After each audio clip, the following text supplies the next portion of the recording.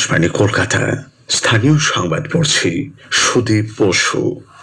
কলকাতা সফরে প্রধানমন্ত্রী নরেন্দ্র মোদী আজ প্রায় 18,680 কোটি টাকার একাধিক উন্নয়ন প্রকল্পের উদ্বোধন ও ভিত্তিপ্রস্তর স্থাপন করবেন। একটি প্রতিবেদন। রাজ্যের বিধানসভা নির্বাচনের দামামা বেজে গিয়েছে। রবি বা সোমবার আনুষ্ঠানিকভাবে ভোটের নির্ঘণ্ট ঘোষণা হতে পারে। ঠিক তার আগেই রাজ্য সফরে আসছেন প্রধানমন্ত্রী নরেন্দ্র মোদী।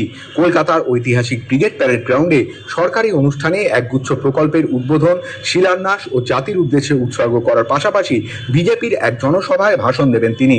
ভোটের আগে এই প্রথম ব্রিগেডের সভা করছে বিজেপি। ব্রিগেডের সভার জন্য 3টি বিশাল মঞ্চ তৈরি করা হয়েছে।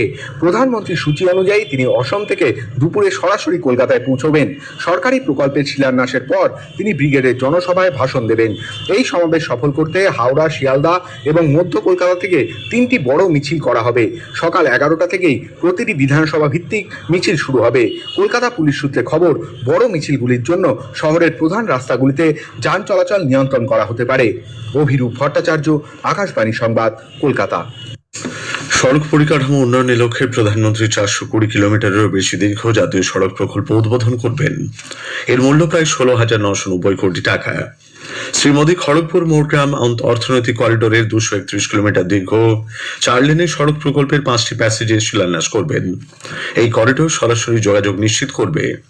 ভ্রমণ দূরত্ব প্রায় 120 কিলোমিটার কমে যাবে। এছাড়া তিনি দুবরাজপুর বাইপাস, কংসাবতী ও শিলাবতী নদীর ওপর নতুন সেতু নির্মাণ প্রকল্পেরও ভিত্তিপ্রস্তর স্থাপন করবেন। রেল পরিকাঠামো উন্নয়নের লক্ষ্যে প্রধানমন্ত্রী পুরুলিয়া আনন্দ বিহার টার্মিনাল এক্সপ্রেস ট্রেনের যাত্রার সূচনা করবেন। অমৃত স্টেশন প্রকল্পের আওতায় 6টি পুনর্নির্মিত রেল স্টেশনেরও উদ্বোধন করবেন তিনি।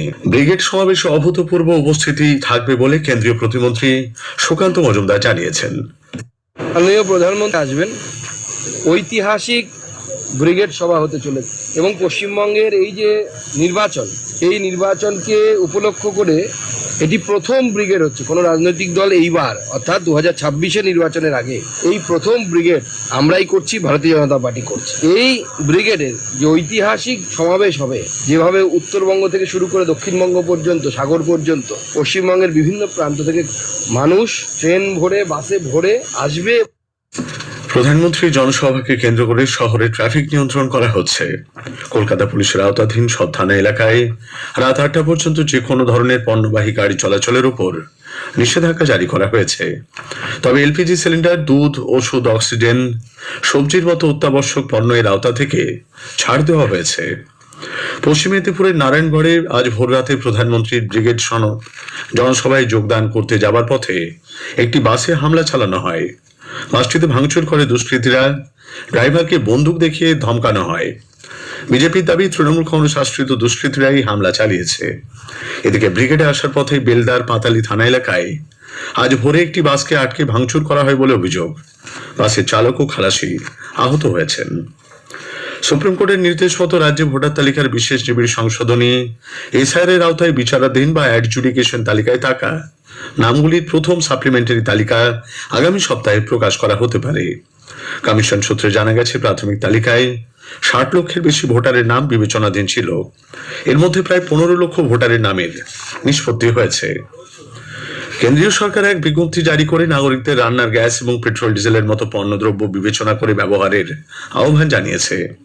এক বিবৃতিতে পেট্রোলিয়াম ও প্রাকৃতিক গ্যাস মন্ত্রক জানিয়েছে, দেশে পর্যাপ্ত রান্নার গ্যাস মজুদ আছে। তবে পশ্চিম এশিয়ায় সংঘাতের কারণে সেখানকার পরিস্থিতি এখনো স্বাভাবিক নয়। রাজ্য সরকার তপশিলি জাতি, উপজাতি এবং অন্যান্য অনগ্রসর শ্রেণীভুক্তদের কল্যাণে 5টি নতুন সংস্কৃতি উন্নয়ন পর্ষদ গঠন করেছে। মুখ্যমন্ত্রী মমতা ব্যানার্জি সামাজিক মাধ্যমে এক বার্তায় জানিয়েছেন, মুন্ডা, কোড়া, ডোম, কুম্ভকার এবং সদগোপ সম্প্রদায় ভুক্তদের জন্যই এই সংস্কৃতি উন্নয়ন পর্ষদ। পূর্ব রেলের শিয়ালদা ডিভিশনে বারুইপুর ও ডায়মন্ড হারবার স্টেশনের মধ্যে লিমিটেড হাইট সাবওয়ে তৈরির কাজের জন্য আজ রাত 10টা থেকে আগামীকাল সকাল 7টা পর্যন্ত মোট 9 ঘন্টা ট্রাফিক ও পাওয়ার ব্লক থাকছে। এই কারণে আজ শিয়ালদা ডায়মন্ড হারবারের মধ্যে একটি আপ ও 2টি ডাউন ট্রেন বাতিল থাকবে। জরুরি রক্ষণাবেক্ষণ ও মেরামতির কাজের জন্য কলকাতা ও হাওড়ার মধ্যে সংযোগকারী দ্বিতীয় হুগলি সেতু আরও এক দফায় আগামীকাল বন্ধ থাকবে। সকাল 6টা থেকে সন্ধ্যে 6টা পর্যন্ত এই সেতুর উপর দিয়ে কোনো ধরনের যান চলাচল করবে না। স্থানীয় সংবাদ শেষ হলো। এরপর গ্রামীণ সংবাদ দুপুর 12টা বেজে 30 মিনিটে।